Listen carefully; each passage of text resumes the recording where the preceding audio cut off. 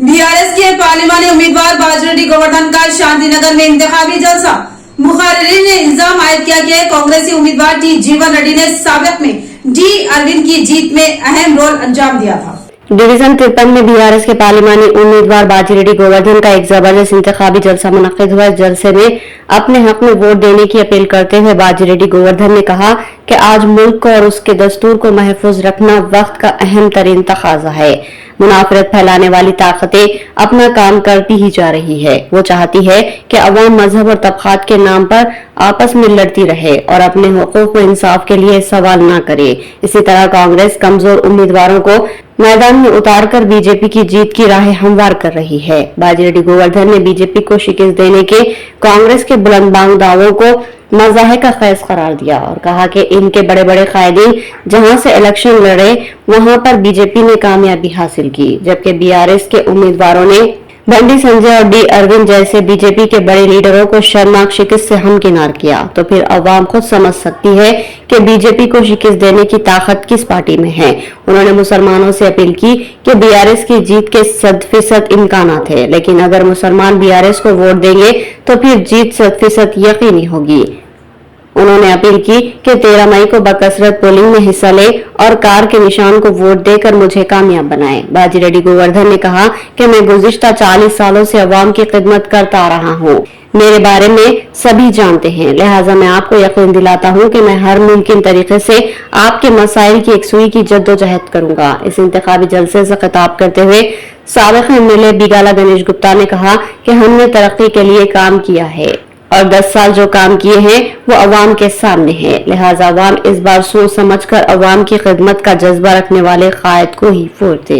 उन्होंने बाजिरेड्डी गोवर्धन को एक फाल व हरकियाती कायद करार दिया। इस जलसे से साबिका रेडको चेयरमैन एस सलीम, सदर जिला अक़लियती सेल नवीद इकबाल ने भी मुखातिब किया। इस जलसे का एहतमाम डिवीजन 53 के बीआरएस इंचार्ज मोहम्मद इम्तियाज ने किया। खासकर हमारे छोटे भाई इम्तियाज जो इस जलसा को इंतजाम किया। लोग बोलते कि बीआरएस पार्टी हार गए। अगर बीआरएस पार्टी हार गया, हमारे छोटे भाई सबसे छोटा जो है इतना लोगों को लाके इतना बड़ा जलसा कैसा कर सकता है? बड़ा लोगों का क्या हाल होगा? अभी 5 दिन से केसीआर साहब जोई भी सिटी में जा रहा है।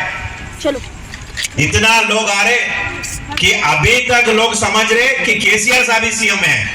जहां पे रेवंत रेड्डी जी जा रहे हैं वहां पे आधे लोग भी नहीं है केसीआर साहब के जलसा में जितने लोग रहते हैं। और अभी तक हमारे नवीद भाई अलीम भाई बहुत बोल चुके हैं, मिस्टर डेवलपमेंट बोले और क्या क्या डेवलपमेंट किया यहाँ पे बोले। अगर डेवलपमेंट की बात करना है तो पहला जब मैं एमएलए बन के आया था 4-5 दिन में, एक हफ्ते के बाद मैं पीछे ईदगाह में आया था। ईदगाह कमेटी वाले आके पूछे कि एमएलए साहब आवाम बढ़ गए निजामाबाद के, पीछे हम 2-3 एकड़ जमीन लिए और इसके लिए मुरम भर्ती करना है, आपके मदद चाहिए। तो पहला सैंक्शन मैं एमएलए बनने के बाद हमारे पीछे ईदगाह को किया था और उसको बड़ा किया, उसमें झाड़ भी लगवाया। मैं जहां पे बैठा हूं ये रोड भी हमें ही डलवाए, जहां पे आप लोग बैठे वो भी हमें डलवाए। और निजामाबाद में जहां जहां गली में आप जाके देखेंगे वो रोड वो मोरी सब हम ही बनवाए। इसीलिए हमको मिस्टर डेवलपमेंट के नाम से पुकारते हैं। लेकिन फिर भी हम हार गए। क्यों हार गए? हम कोई गलत काम किया? नहीं किया। और एमएलए इलेक्शन के टाइम पे भी यहाँ पे आके जलसा किया। मैं सब लोगों को मैं बोला, हमारा बहनों मेरे बात मानिए, अगर आप गलत फैसला लेते तो बीजेपी जीत जाएगी और निजामाबाद का डेवलपमेंट रुक जाएगा। आपको कहां जाने का रास्ता नहीं मिलेगा, पता नहीं चलेगा। लेकिन जो मैं बोला था अब हम मेरा बात नहीं माने, गलत फैसला लिए। आज हुकूमत में कोई और है, एमएलए कोई और है। जब एमएलए बने तो 2014 से शांतिनगर की डेवलपमेंट शुरू हुआ। यही शांतिनगर को हम देखते थे। हमारी माँ बहनों को मालूम है कि हम जब ये शांतिनगर को देखते थे, जब बरसात का पानी आता था तो यही शांतिनगर के अंदर घुटने बराबर पानी रहता था। कोई रोड नहीं थी, कोई सीसी रोड नहीं, बीटी रोड नहीं। लेकिन हमारे एमएलए बिगाड़ा गणेश गुप्ता साहब एमएलए बनने के बाद 2014 में निजामाबाद के अंदर डेवलपमेंट शुरू हुआ।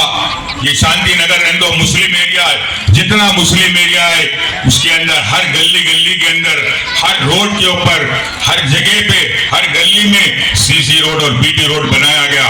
इसी तरीके से बोधन रोड के ऊपर जो हमारे नौजवान मुसलमान भाई कई एक्सीडेंट हो गए, मर गए, लेकिन कोई कांग्रेस गवर्नमेंट 10 साल थी, 10 साल के अंदर 5 साल निजामाबाद का मेयर कांग्रेस का था, डी संजय था, जो अंडरग्राउंड ड्रेनेज के नाम पे 130 करोड़ रुपए लाकर 130 करोड़ रुपए खा गया, लेकिन यह अंडरग्राउंड ड्रेनेज नहीं बना।